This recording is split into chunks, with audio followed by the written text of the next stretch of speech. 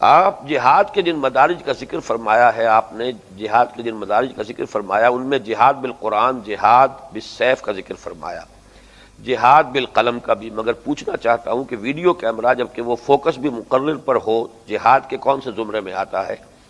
جبکہ نبی اکرم نے حضرت علی کی ڈیوٹی لگائی تھی کہ جہاں کہیں کوئی تصویر نظر آئے اسے مٹا دو، کہیں اونچی قبر نظر آئے گرا دو، کیا یہ طریقہ اس حدیث کے خلاف نہیں جبکہ اللہ اور اس کے رسول کی بات آڈیو اور کتب کے رسائل کی شکل میں بھی آگے پہنچائی جا سکتی ہے؟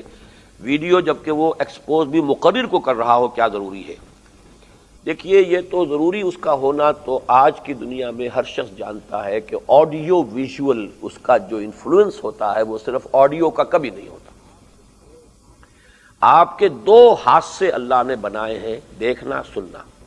جب دونوں احساسات کے راستوں سے آپ کو کوئی بات پہنچے گی اس کے اثرات بالکل مختلف ہوں گے۔ جب ایک کے ذریعے سے پہنچے گی اس کے اثرات وہ نہیں ہو سکتے جو دونوں سے پہنچے۔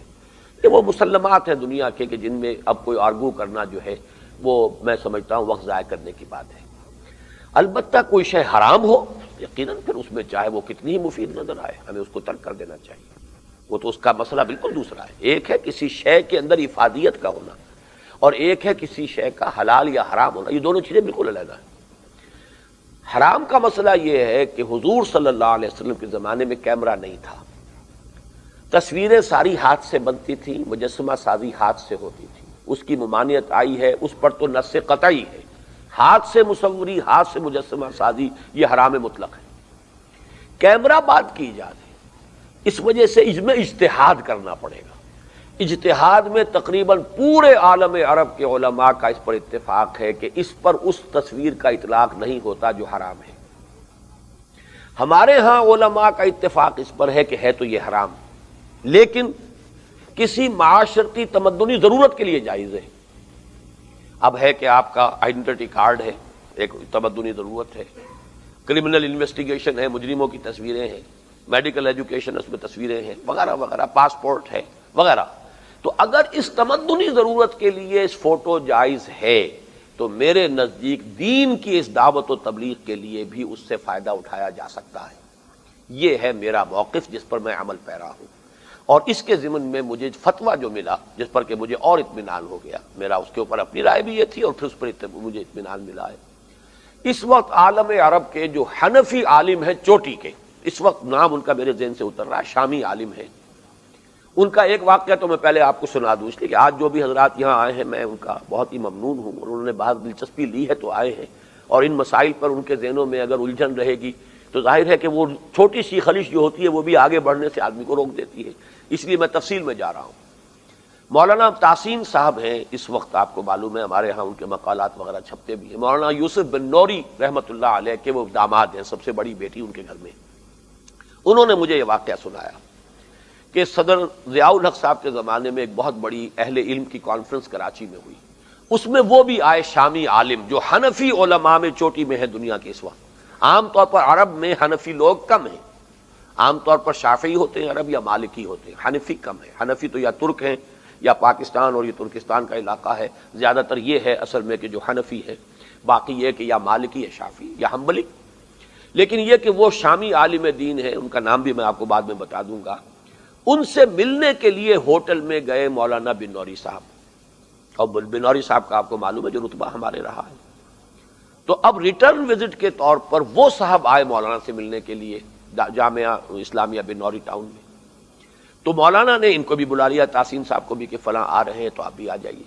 وہ آ گئے تو دیکھا کہ وہ جب آ رہے تھے تو کیمرہ لٹکا ہوا ان کی گردن میں، اور یہ علامہ کوثری کے شاگرد ہیں، یہ میں بتا دیتا ہوں کہ خلافت عثمانیہ کے آخری شیخ الاسلام تھے علامہ کوثری، چونکہ ترکوں کی فقہ جو ہے وہ حنفی ہے، ان کے شیخ الاسلام جو ہے وہ حنفی تھے، علامہ کوثری کے شاگرد رشید ہیں یہ صاحب۔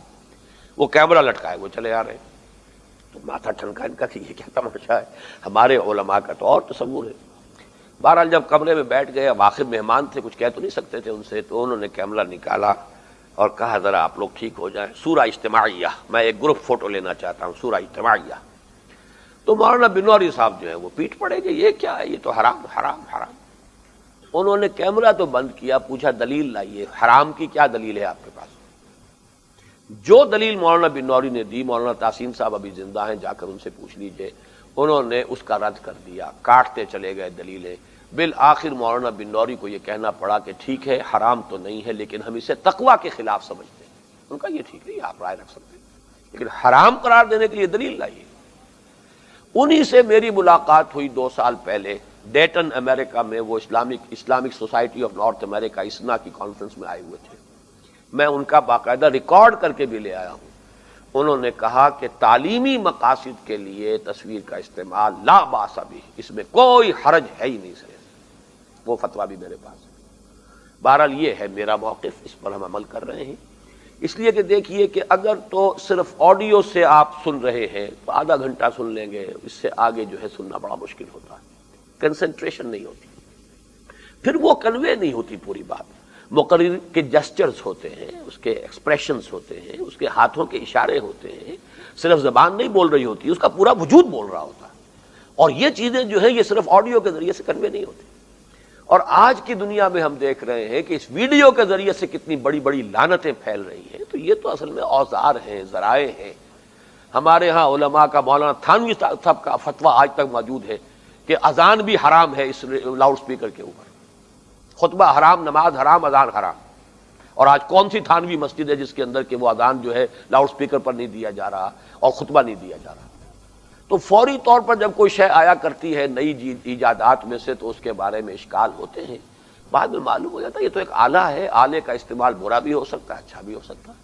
اگر برائی کے لیے استعمال ہو رہا ہے، لاؤڈ سپیکر جو ہے گانوں کو نشر کرنے کے لیے ہو رہا ہے، تو کیوں نہ تبلیغی جماعت کے اجتماع میں بہت طویل عرصے تک وہ ریڈیو لاؤڈ سپیکر استعمال نہیں کرتے تھے تقریروں میں بھی، لیکن پھر بڑا اجماع ہو گیا انہیں کرنا پڑا، وہ صورتحال اب بھی ہے الحمدللہ۔ تو اس اعتبار سے اس معاملے میں کوئی میرے نزدیک حرج نہیں ہے، اسی لیے ہم اسے استعمال کر رہے ہیں۔